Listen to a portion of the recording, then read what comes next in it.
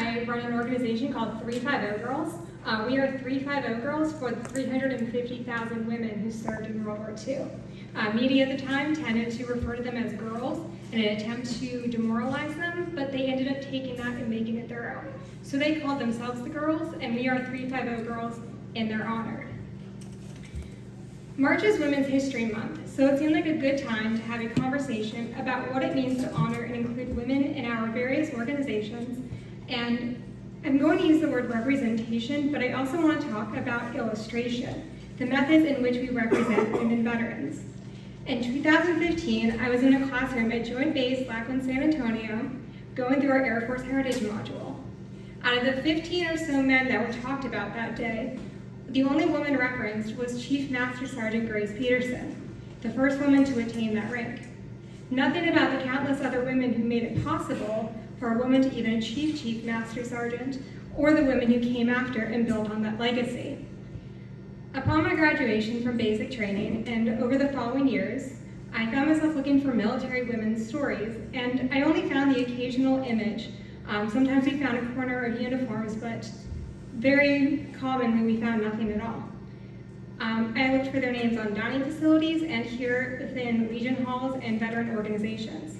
And yesterday, when I was trying to figure out how best to illustrate how important it is to illustrate and visualize women's history and service, I was going through my Instagram, and an auxiliary organization had posted for Women's History Month. And they had shared a picture of Rosie the Riveter and a headline about it being Women's History Month.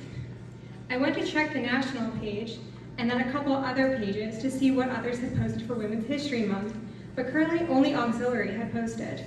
And this reinforces, whether intentional or not, that women's places are in the auxiliary.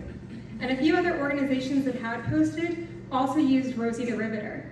And it's important to acknowledge that while Rosie is very important for women's rights, Rosie was a civilian war worker. She's not a veteran. So she is not an effective illustration of women's military service, yet she has become what represents all of us. So when I talk about illustration, how to represent and include women, a lot of it comes down to deliberate visibility.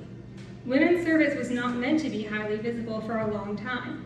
It was an emergency measure meant only for the duration of war, and not worth recording in history books or putting on display in museums and Legion halls. We can help women both embrace and validate their service by showing and illustrating that they belong here amongst their fellow veterans. It seems so innocuous, but bringing in a female speaker, like what we offer through 350 Girls, highlighting women's work in history in tandem with our male veterans, and posting on dates that matter to women, like Women's History Month, and not posting Rosie the Riveter for the millionth time. It goes a long way towards a more visibly inclusive veteran community. I'm sitting over there, so if you would like to come learn more about what 350 Girls is about,